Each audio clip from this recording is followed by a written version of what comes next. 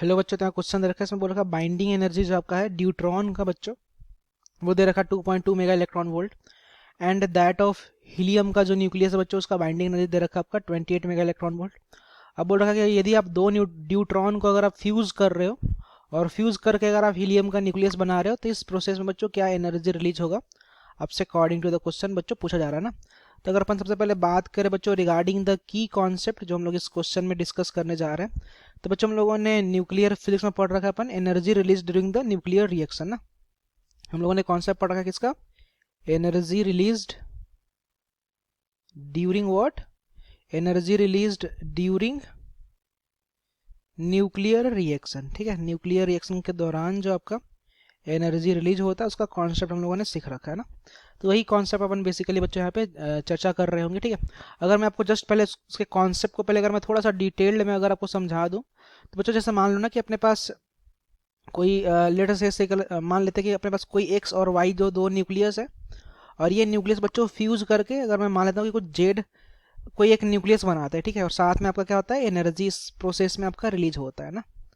तो अपन ने इसके लिए क्या कॉन्सेप्ट पढ़ रखा है, अपन ने इसके लिए जो कॉन्सेप्ट पढ़ रखा है, जो एनर्जी रिलीज का जो वैल्यू आता है बच्चों, उसको हम लोगों ने कैसे कैसे लिखना होता है हमें।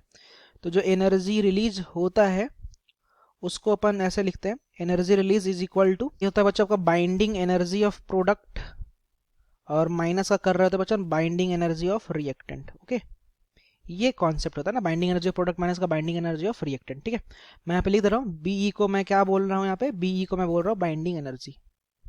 ठीक है, बीई को मैं क्या बोल रहा हूँ, this is the binding energy को डिनोट कर रहा है। Got it. अब अगर अपन क्वेश्चन वाइज बच्चों प्रोसीड करें, तो हमसे क्या बोल रखा है ना कि दो ड्यूटेरियम का न्यूक्लियस है ना, दो अपने पास क्या है, ड्यूटेरियम का न्यूक्लियस है।